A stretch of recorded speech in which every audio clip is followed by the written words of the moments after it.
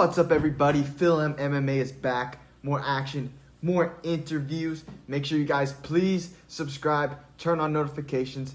Just please subscribe, all right? Because in the following few days, we are going to be doing a picks and prediction podcast. So if you want to make big money, then subscribe. All right, let's get into the interview. And again, as expected, man, big ground and pound. Number 9. Calvin Dunning. There's no way this fight Swelling under the eye of Calvin. Oh, Hernandez came with a huge overhand right.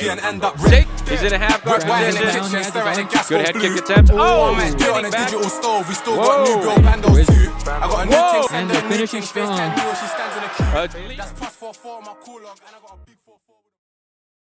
Hello, everybody. I'm here with Tony Hernandez, who will be fighting in the co-main event of ROP Cage Series 7 on November 2nd against Austin Wheeler.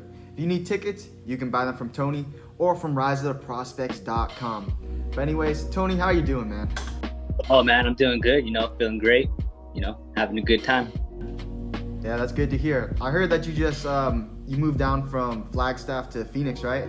Yeah, so, I recently made the move over here, getting a little bit more different feels, different partners, different coaching. So, it's doing good, learning more styles, more techniques. Yeah.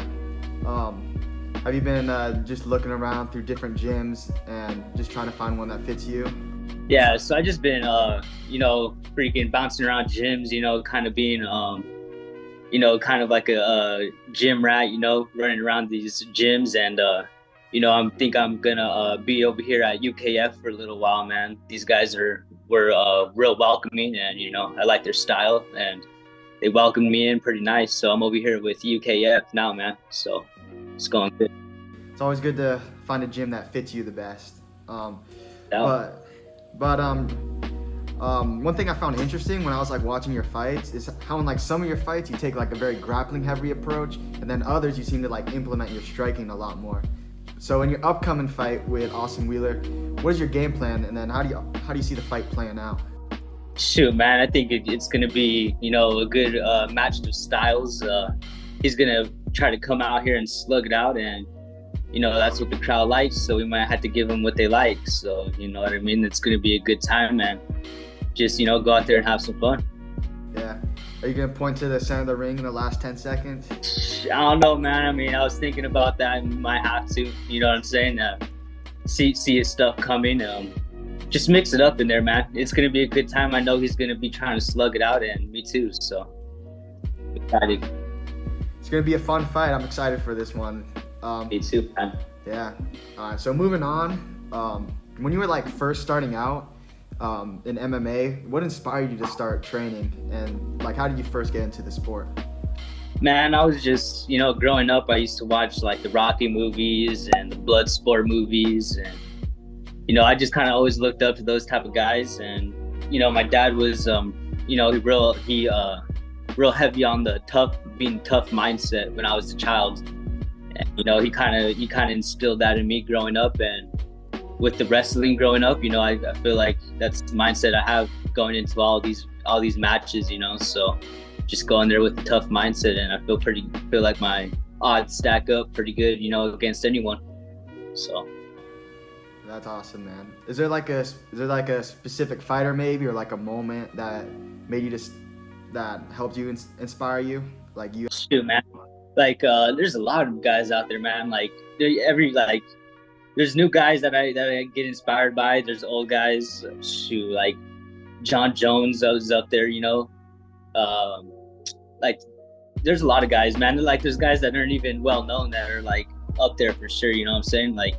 With OGs, legit fighters, man. And I look up to all those guys. If you step in the ring, or if you train in general, man, you got my respect. So yeah, it's pretty hard to just choose a specific one. Oh yeah, no doubt. I mean, if you're in here fighting, you gotta have respect for anybody, no matter if they're the top level guys, or they're just starting out.